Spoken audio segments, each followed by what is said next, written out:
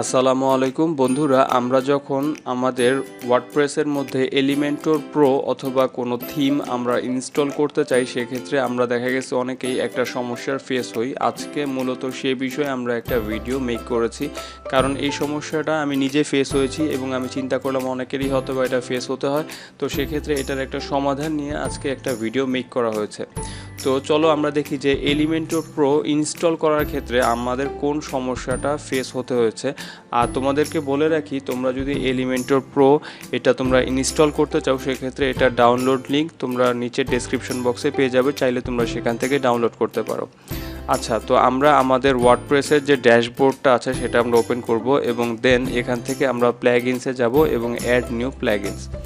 তো এখানে যাওয়ার পর আমরা সাপোজ আপলোড প্ল্যাগইনস এখানে আমরা ক্লিক করব এবং দেন চুজ ফাইলে গিয়ে আমরা এখানে আমাদের যে এলিমেন্টর প্রো যে ফাইলটা আছে, জিপ ফাইলটা, সেটা আমরা এখানে চুজ করব।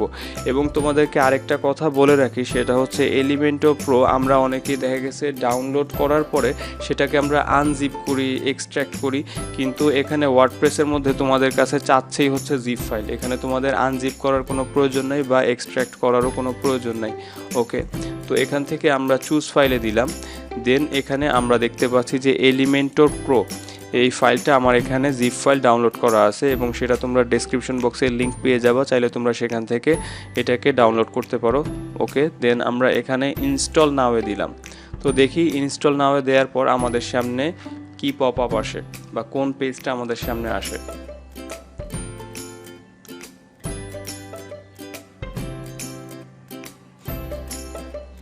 ইনস্টল নাওয়ে দেওয়ার পর আমাদের সামনে যখন এই পেজটা আসলো, তো এইটা দেখার পর আমি মূলত খুব কনফিউজড হয়ে গেছিলাম যে কিভাবে এই সমস্যার সমাধান করব।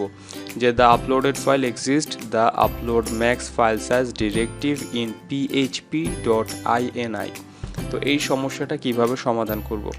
ওকে, তো এটার সমাধান করার জন্য তোমাদেরকে যেতে হবে জাস্ট তোমাদের সি প্যানেলে। তো সেখানে তোমরা যখন আর কি নিচের দিকে একটু স্ক্রল করবে, তো এখানে তোমরা দেখতে পাচ্ছ যে সফটওয়্যার নামে যেই বোর্ডটা আছে বা যে ট্যাবটা আছে সফটওয়্যার নামে, তো এখানে তোমরা দেখতে পাচ্ছ যে মাল্টি php.ini এডিটর। তো তোমাদেরকে এখানে জাস্ট সিলেক্ট করতে হবে। তো এখানে সিলেক্ট করার পর তোমরা যখন এই পেজটা ওপেন হবে, তো এখানে তোমরা দেখতে পাচ্ছ যে সিলেক্ট এ লোকেশন, এখান থেকে তোমার জাস্ট সিলেক্ট করতে হবে তোমার যে ডোমেইন নেমটা আছে সেটা তোমার এখানে সিলেক্ট করতে হবে। তো ওকে, এটা সিলেক্ট করার পর যখন তুমি নিচের দিকে আসবে, এখানে দেখতে পাচ্ছ যে upload max file size, the maximum size of an uploaded file. অর্থাৎ তুমি যখন কোনো ফাইল এখানে আপলোড করতে চাচ্ছ বা কোনো থিম ইনস্টল করতে চাচ্ছ, সেটা সর্বোচ্চ কত এমবির মধ্যে হতে হবে। তো তোমরা দেখতে পাচ্ছ যে আমার এখানে মাত্র 2 এমবি সাইজ দেয়া আছে। তো আমি জাস্ট এখানে একটু এডিট করব। এই 2 এমবিটাকে আমি কেটে এখানে আমি দেব 64 এমবি। ওকে, তো 64 এমবি দেওয়ার পর আমি যখন এখানে অ্যাপ্লাই দিব, তো অ্যাপ্লাই দেওয়ার পর আমার এই সমস্যাটা কিন্তু বন্ধুরা সমাধান হয়ে গেছে। যেমন আমি তোমাদেরকে দেখাই, এখন আমি এখান থেকে আবার একটু ব্যাকে আসলাম।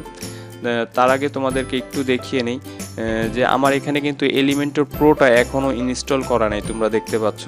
তো ওকে, তো আমরা অ্যাড নিউ প্ল্যাগইনসে দিলাম। দেন এখান থেকে upload plugin, choose file, then Elementor pro আমরা সিলেক্ট করে দিলাম। দেন আমরা ইনস্টল নাওয়ে ক্লিক করলাম।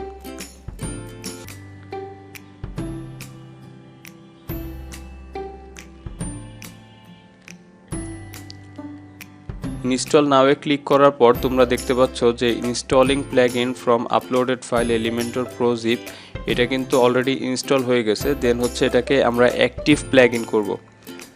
তো অ্যাক্টিভ প্ল্যাগইন করার পর তোমরা কিন্তু বন্ধুরা দেখতে পাচ্ছ এই যে এলিমেন্টর প্রো এই যে ফাইলটা ছিল, জিপ ফাইলটা, সেটা অলরেডি আমি এখানে ইনস্টল করে ফেলছি। তো এভাবে মূলত এই সমস্যাটা আমাদেরকে সমাধান করতে হবে। তো ভিডিওটা যদি তোমার কোনো কাজে আসে তাহলে বলবো অবশ্যই চ্যানেলটাকে সাবস্ক্রাইব করো, পাশে থাকা বেল বাটনটা একটা ক্লিক করো, এতে করে তুমি আমাদের কোনো লেটেস্ট আপডেট সাথে সাথে নোটিফিকেশনে পেয়ে যাবে। এবং আমার ভিডিওটাকে যদি তোমার ভালো লাগে তাহলে অবশ্যই লাইক করো এবং কমেন্টে জানাতে পারো তোমরা নেক্সটে কোন ধরনের ভিডিও চাও আমি এই রিলেটেড ভিডিও আপলোড করে থাকি, সেজন্য আমার চ্যানেলটাকে তোমরা সাবস্ক্রাইব করতে পারো। আর আরেকটা কথা, তোমরা যারা ডোমেইন হোস্টিং কিনতে চাও দেখা গেছে তোমাদের অনেকের ক্ষেত্রেই আমি জানি যে অনেকেরই হয়তো বা মাস্টার কার্ড নাই বা ডুয়েল কারেন্সি কার্ড নাই, যেমন আমার ক্ষেত্রেও এই সমস্যাটা আমি ফেস করেছি যে আমারও ছিল না।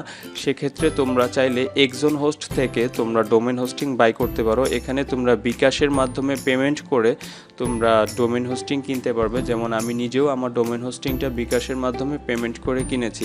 নিচে একজন হোস্টের ডেসক্রিপশন বক্সে একজন হোস্টের যে লিঙ্কটা আছে সেটা এখানে দেয়া থাকবে, চাইলে তোমরা সেখান থেকে সহজেই বিকাশের মাধ্যমে পেমেন্ট করে তোমরা ডোমেন হোস্টিং বাই করতে পারো।